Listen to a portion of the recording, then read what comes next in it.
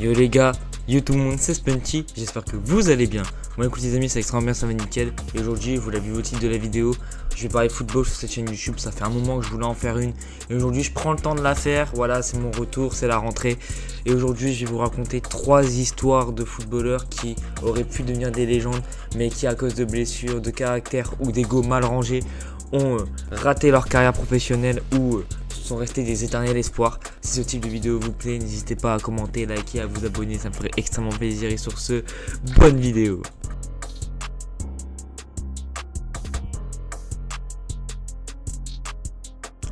Hatem Ben Arfa, c'est un joueur qui a commencé à Lyon aux côtés d'un grand Karim Benzema qui a commencé son apogée. Il a été dans beaucoup d'équipes en Ligue 1. Je pense actuellement à l'Olympique de Marseille qu'il a fait juste après avoir été à Lyon. Il a clairement eu un passage très fort à Newcastle. Je pense à un certain but dans ma tête où il traverse la moitié du terrain tout seul en dribblant tous les défenseurs. Ce but là est magique. Il a également fait Nice où il a fait un passage très marquant.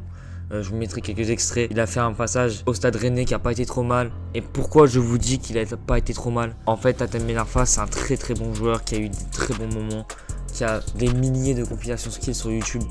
Mais il n'a jamais prouvé en équipe de France ou sur le terrain en termes de collectif. Ça n'a pas eu beaucoup de stats, jamais qualifié au Ballon d'Or ou n'a pas gagné de grands prix. Et son passage au PSG a été catastrophique. Je précise le mot catastrophique parce qu'il a signé là-bas juste après avoir fait une très bonne saison à Nice. Mais l'arrivée au PSG n'a pas été ce qu'on attendait. Il y est resté 2 ans, de 2016 à 2018. Et ça a été un joueur de banc, voire d'équipe réserve. Ensuite, il va se relancer à Rennes où pareil, ça marche, mais il va pas faire long feu. Il va rester qu'une saison. Et ensuite, c'est la dégringolade. Il va aller à Valladolid en Espagne, au Girondins de Bordeaux et à Lille l'année dernière. Hatem Ben Arfa, ça reste un joueur qui a de très fortes qualités techniques, qui a eu un bon passé. Et ce qui a causé sa perte, ce qui a causé sa carrière, comme on dit, très bonne, mais comme éternel espoir, c'est son ego. Il n'a pas eu peur de répondre aux caméras, il n'a jamais eu peur de faire polémique. C'est un joueur qui a son franc-parler et qui ça n'a pas beaucoup plu aux gens. C'est ce qui a causé sa perte, c'est qu'il a ramené au rang de jeune espoir ou éternel espoir.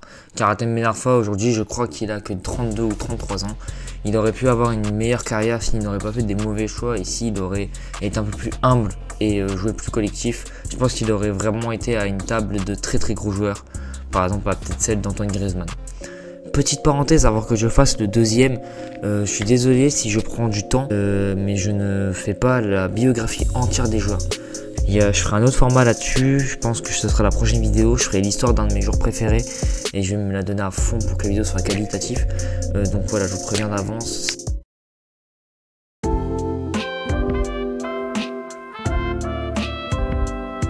James Rodriguez, c'est un footballeur que je regardais beaucoup quand j'étais petit parce que je suis un fan du Real. Désolé mes potes barcelonais, les gars, je vous respecte à vie, mais je suis madrilèn.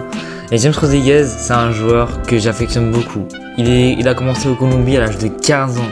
Il a signé au Envigado FC en 2006. C'est très impressionnant les gars, ça prouve que son niveau de jeu, il est vraiment pas dégueu. Ensuite, il arrive en Europe au FC Porto en 2010 les gars. Voilà, où il a fait d'ailleurs, je crois, une bonne perf. Je dis ça parce que j'avais 2 ans, hein, les gars, en 2010. Et je crois que c'est là où il a pété d'ailleurs. Il a gagné beaucoup de titres, dont le championnat portugais et l'Europa League en 2011, je crois, si je dis pas de bêtises. Et grâce à tout ça, il se fait repérer par l'AS Monaco en 2013. Et avec l'AS Monaco en France, ça a été une très bonne saison. Sa première saison avec le club, elle a été marquée par des performances exceptionnelles.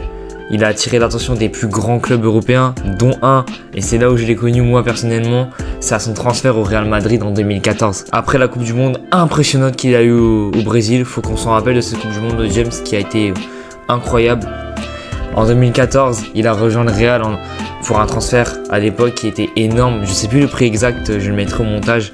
Et sa première saison avec le Real, on peut dire qu'elle est réussite. Mais après, il a eu des difficultés à se maintenir et à se trouver une place de titulaire parce que voilà, au milieu de terrain, il y avait beaucoup de gens qui se battaient pour avoir son poste.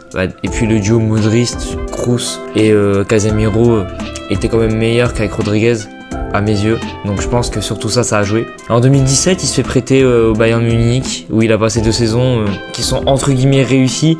Même si moi personnellement, à ce moment-là, je l'avais plus du tout dans les radars.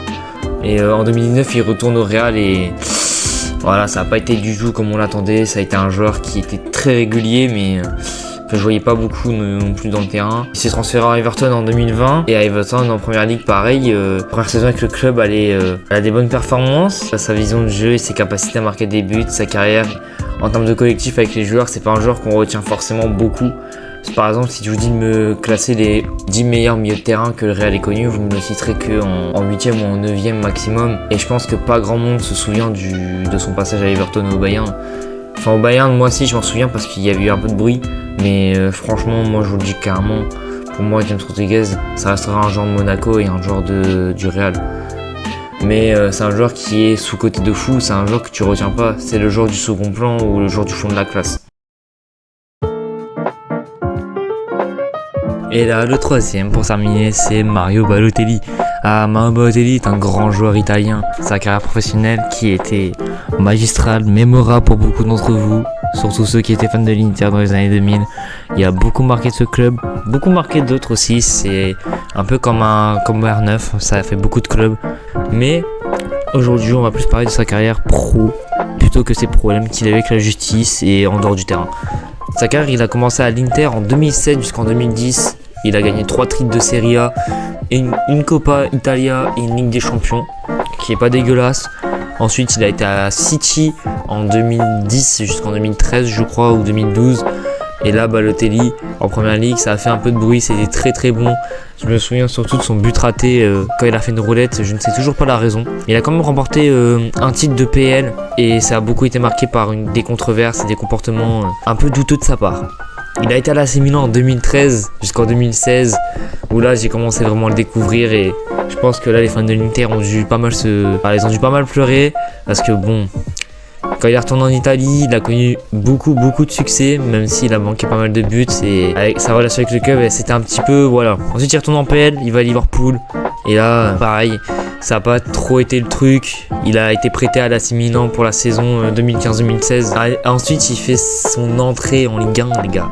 Et quand moi je l'ai découvert, c'est à ce moment-là, c'est quand il est arrivé à l'OGC Nice, Alex Castro, il regarderait cette vidéo et il dirait ah tu parles d'un joueur qui a peut-être pas marqué le club, mais qui a été un très très bon.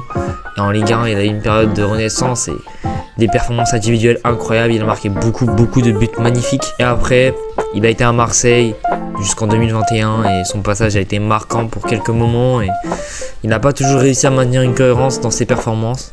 Il faut aussi se rappeler que Mario Balotelli, il y a eu beaucoup d'incidents disciplinaires, de controverses, d'histoires hors du terrain qui ont parfois mis à l'écart le joueur et ses buts de folie et des fois quelques belles performances de sa part. Vous voyez des compilations à l'écran. Il faut toujours vérifier les sources d'actualité quand il s'agit d'avoir des controverses par rapport à des joueurs. Et je termine avec Balotelli sur ce sujet parce que il a quand même eu pas mal de problèmes. Vraiment faire attention à ce que vous dites sur les réseaux. J'espère que cette vidéo vous a plu. Si cette vidéo vous a plu, n'hésitez pas à vous abonner, à liker, ça me ferait extrêmement plaisir. Et sur ce, prenez soin de vous.